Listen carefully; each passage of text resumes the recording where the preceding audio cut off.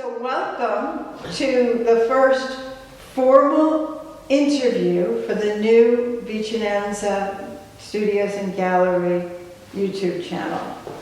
And we're starting today with our first interview with Madelaine Vetre, who is the owner of this extraordinary exhibit of Chief Oloruntoba. You're going to correct me. Okay. And this extraordinary collection, as there's 18 pieces of Nigerian fiber art, and it's hand-spun silk thread and dyed with native Nigerian plants and herbs. Yes. Okay, so Madelaine is a music therapist and was the director of the Creative Arts Therapy Center in New York from 1991 to 2017. 1999 to 2017. Yes. And you met Chief Oloruntoba, and I know I'm butchering it, in 2007 when he was in his 80s. And you had the pleasure of knowing him. He's unfortunately deceased, but left behind a stunning collection. And I've been on the internet, and he was quite prolific. There's just a lot of his work out there in the world. But we have the distinct honor of having this collection of 18 pieces of his work that go from 1960 to 1981. Actually, it's 1961 to 1980. I checked all the dates on all the work, and so it's an extraordinary single collection, and you own it, which is quite extraordinary, and we have the pleasure of having it here at the gallery, and thank you so much for this opportunity. And I would like you to talk a little bit about how you met him, a little bit about his personality, what you know about his work ethic, how he did this work, because people have come in and they are mesmerized with the exhibit. It's been a stunning, stunning success. Lots of people love it. Lots of people have come in to see it, and they want to know about him and about his work. So I'm going to hand it off to you. Thank you. So I'll start by saying that I had this Creative Arts Therapy Center in Sullivan County, and while I was directing it, Chief Oloruntoba was showing at the Cultural Arts Society in Sullivan County, and he needed a place to stay and came to my center to stay during the show, and that's how I met him. That was, I believe, in 2007. So his show was up at the Cultural Arts Center, and while he was staying with me, which was for, I don't know, maybe a week or two, he asked me if I would show his work at the center. It was a creative arts therapy center, a center for artists, for music therapists, art therapists, writers, people who wanted to get away and either have a private retreat or run workshops or trainings in the arts and arts therapies. And it was not, in my mind, a gallery. And I told him that. I said, I don't know that people will come here to see this kind of work. And he called me my sister. I don't know how many people he said that about, but it was always my sister. I believe in this center, and I want to show my work here. And so we arranged to have a showing of about 30 or 40 pieces at the center. And my sister, who's an artist, and he came early to hang the work. And he stayed with me, I can't remember exactly how long, 2 or 3 weeks, to hang the work and to stay during the opening of the show. He was a charming, delightful man. We laughed. He had a great sense of humor, and we had a lot of fun around meals. He slept in the cottage that I had on the campus, and he ate all his meals at the center. And I remember the first thing he said when I asked him, do you have any dietary needs? Is he said, sardines for breakfast. It was not what I normally would have served. I was more in the health food, yogurts, kind of fruit and healthy foods mindset. But I stocked up on sardines, and truth to tell, he ate at least a can or two every morning. And he said that contributed to his long life. I don't know if it's true. I know oil is good, fish oil is good, but anyway, he would eat sardines in the morning. I can't even remember what his lunches were, whatever I was serving. And he loved to sit late into the night with my nephew, who's an herbalist, and drink beer and talk about many, many things. Now, the chief was also an herbalist in addition to being an artist. And many of these works are based or created with natural herbal dyed silk thread. Excuse me. And he would use these herbal plants for healing purposes. And therefore, he felt that when he created this art, he was imbuing the art with healing properties.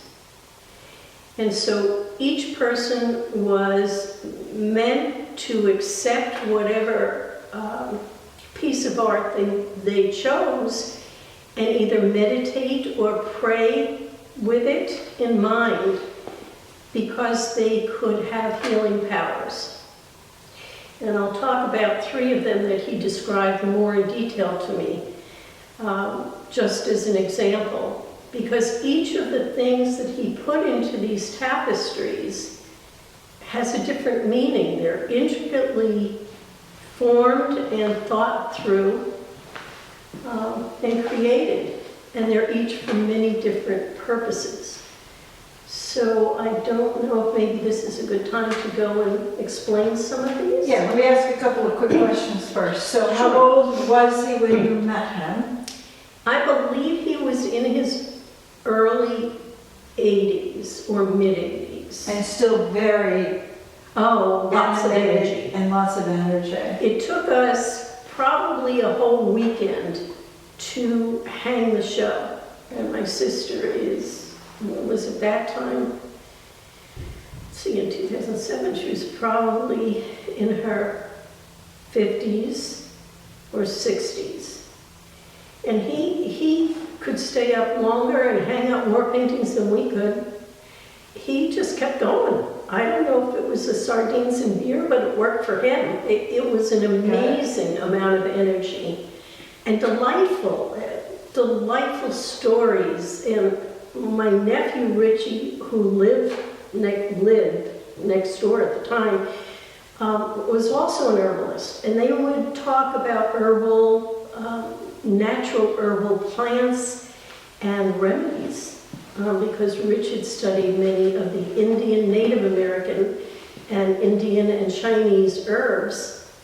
And so the chief would add in what he knew about his native herbs. Now, in this collection, quite a few of the pieces have fish in them. Mm-hmm. So what is the fish emblematic of? Okay, I can show you in one of them because they even have the fish described. Where is it? Which one is it? Yes, so let me go to Queen Mother in the Temples. So this is titled Queen Mother in the Temples. And the purpose of this was to promote long life and harmony. The fish, which you were asking about at the bottom, is for long life. The earrings are for solve the problems, and the temples are healing temples. And his advice was to go inside and solve the problems. In each of these, it isn't always necessarily that they mean the same thing. But for instance, in here, there are also, in this painting, there are also fish. And that would be for long life. So what he put in each of these tapestries is very purposeful and has individual meaning. I'm very partial to the lions. That's just a personal thing. Lions and giraffes, I love them. Okay, this is called Life Protection and Good Luck. It's part 1. He did a series of life protection ones. I know of at least 3, there may be 4, but I'm not sure. Anyway, this is Life Protection and Good Luck, part 1. And if you notice, there are flowers here. The 3 flowers of life protection. The lion at the top left is good luck. The top right with the butterfly, which is hard to see in there, is for harmony. And the bottom right is for happiness. So while they're all lions, each one is imbued with its own special healing power. And he has, that's true of every one of the tapestries. That each animal, person, temple has different healing powers. So that explains some of what's going on here. And the one next to it, which has the giraffes, one of the giraffes is filled with images of fish. Yeah, fish and flowers. And flowers. And butterflies. So the fish always mean the same thing in every I believe so. tapestry. I Okay. believe so. He got to, it's interesting, when we started to hang the show, I asked him for descriptions of every tapestry because he told me that each tapestry had many things in it that were related to different healing powers, and he just decided he wanted to stop. So after describing 3 or 4 of the tapestries out of 40, he said, "I'm done now, my sister. Let's have beer." So I couldn't get him to describe everything. He was furiously writing, but I couldn't get him to describe everything. The other one is the parrots are very often about communication. But it really depends on which way they're facing and what they have going on inside. So this one is communication of solve the problems and long life and good luck, part 1. So the bird in the middle is for long life. On the left side is solve the problems. On the right is good luck and harmony. The butterfly on the left is also for business, which is interesting. He did have a lot of life protection and good luck for business. That was in many of them. The fish in the middle is for long life, so here you are again with the fish. And the third on right is for protection. So each has its own meaning. Thank you. So, is there any significance to the fact that there are 45 lions in that master tapestry hanging there? I don't know. I never counted them actually, so I couldn't have even told you there were. So one of the women who came in to see the show noticed that every row is 5 lions. And then if you count them, it comes out to 45, but every row has 5. So it means something, apparently, the number 5. And then it was 5 by 9, right? So you get 45 lions in that tapestry. And, you know, people have asked, how long do we think it would have taken him to do that particular tapestry? I did ask him that because this was really the centerpiece of the collection, and I believe he said a number of months. He didn't specify, but a number of months. And again, you can see in here the temples are on the bottom. You can see flowers. Each one of these lions represents something else. There are fish in a couple of them. You can see that each of these lions is unique. None of them is the same, and each of them has a different purpose. He did not describe these 45 lions to me. I wish he had, but he didn't. He was already done. So, Well, it's a stunning, stunning collection. Now, the other interesting thing that people have asked about when they've come to see the show is how, after like 30, 40 years, the oldest piece in the collection is 1961, which means it's 60 years ago. And yet the colors are still so brilliant. I asked him about that because, again, the center was not a gallery, and so the light and the lighting all over the center was whatever it was, and I was concerned about fading. I had some work that was done in other work from other artists that was done in watercolors, and they were framed in glass, and I had no idea, but in 2 years they faded to nothing. And I was really worried about these. And he said, my sister, they are hand-dyed, it's silk thread, nothing will fade these. Now, I don't know if that's true, but it's been many decades. Well, yeah, like I said, the oldest piece in the collection is 1961. Yeah. So that means it's 63 years old.